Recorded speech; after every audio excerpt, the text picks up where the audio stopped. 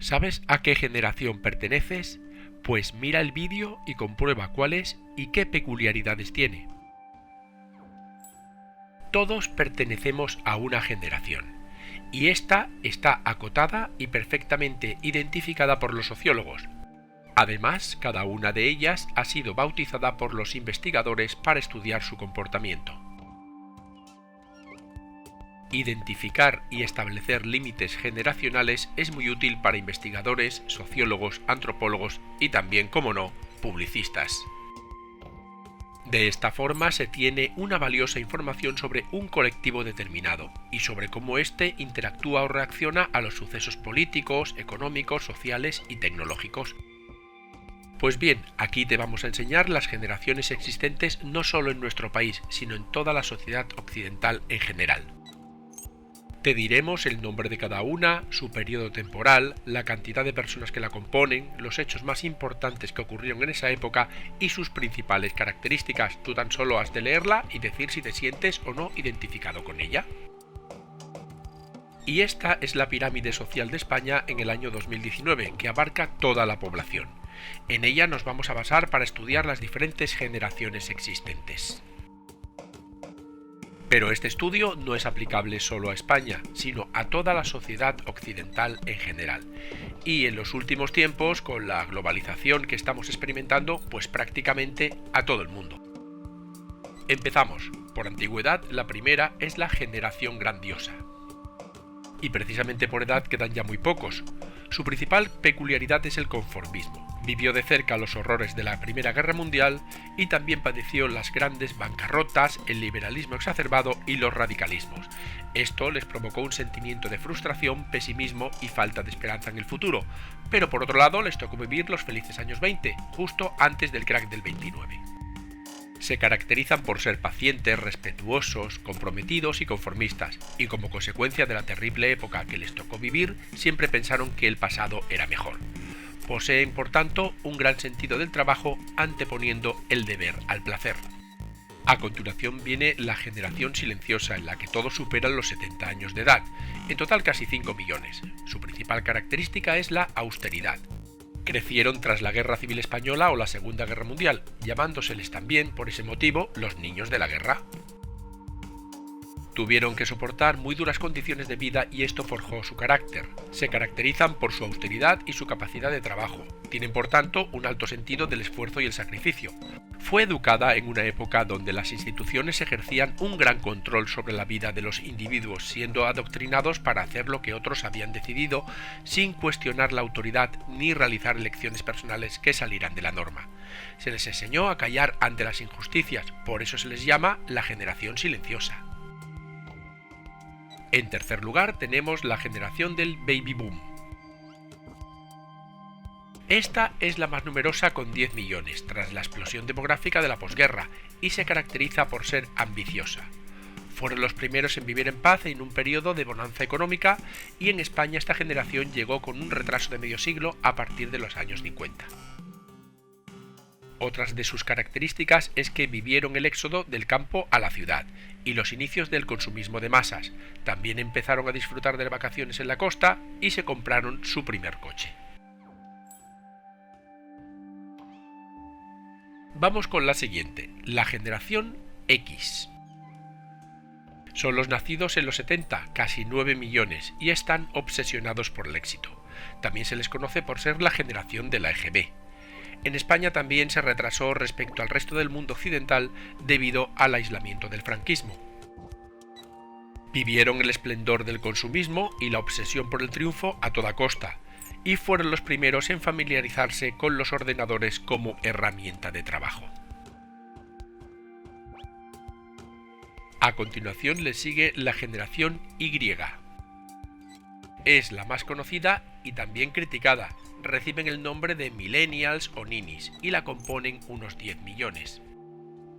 Les ha tocado vivir la caída del telón de acero, la globalización y el inicio de la digitalización.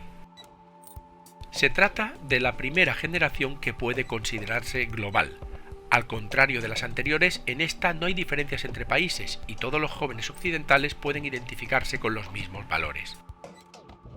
Han crecido con los inicios de la digitalización y su acceso al mercado laboral estuvo marcado por la crisis económica. Está estigmatizada ya que ha sido descrita como perezosa, individualista y aburguesada, pero por otro lado es la generación que promovió la vida sana, la alimentación saludable o también, como no, el ecologismo. La penúltima es la generación Z. La componen unos 8 millones y se caracteriza por ser irreverente porque todo lo cuestiona. También reciben el nombre de Centennials. Han vivido la expansión masiva de Internet, el auge de las economías asiáticas y el fenómeno de la inmigración. Son emprendedores, aprenden rápido y de forma autodidacta, por eso son irreverentes al estar educados bajo un sistema menos rígido que el anterior. Sufren las tasas de desempleo más elevadas y por eso son la generación más emprendedora. Han vivido la democratización del acceso a las oportunidades. Ya da igual quién es tu padre o dónde has nacido, solo cuenta tu talento. Son nativos digitales y aprovechan esa ventaja para buscar nuevas salidas profesionales en un mercado laboral cada vez más cambiante. Son muy creativos, con una alta adaptabilidad a nuevos entornos y con una gran movilidad geográfica en un mundo globalizado. Desconfían del sistema educativo tradicional, porque en muchos casos ellos mismos tienen acceso a la información de manera directa y más rápida que sus profesores. Son mucho más críticos que sus predecesores y esta es la actitud que les permite avanzar y no quedarse anclados.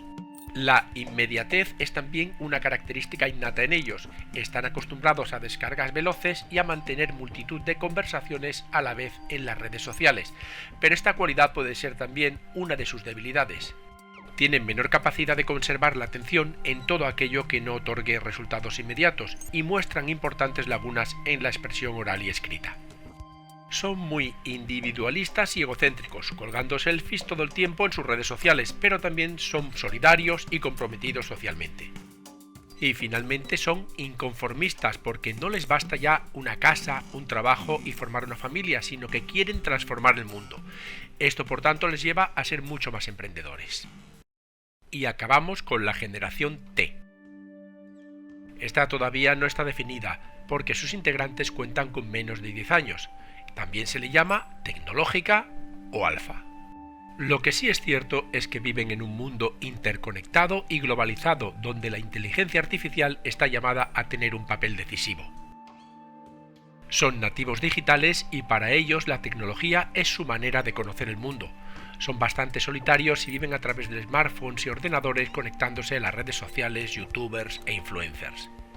Son decididos, inteligentes y están permanentemente conectados. Y están tan pendientes de la tecnología que ésta se ha convertido en su estilo de vida. Los juegos interactivos se han impuesto a los tradicionales y cada vez tienen menos espacio la lectura, las relaciones sociales o la escritura. En definitiva, que podemos decir que tienen un nuevo reto totalmente diferente al que se han enfrentado las generaciones anteriores. Pero lo que está claro es que las generaciones cada vez son más globales, más tecnológicas y más interraciales.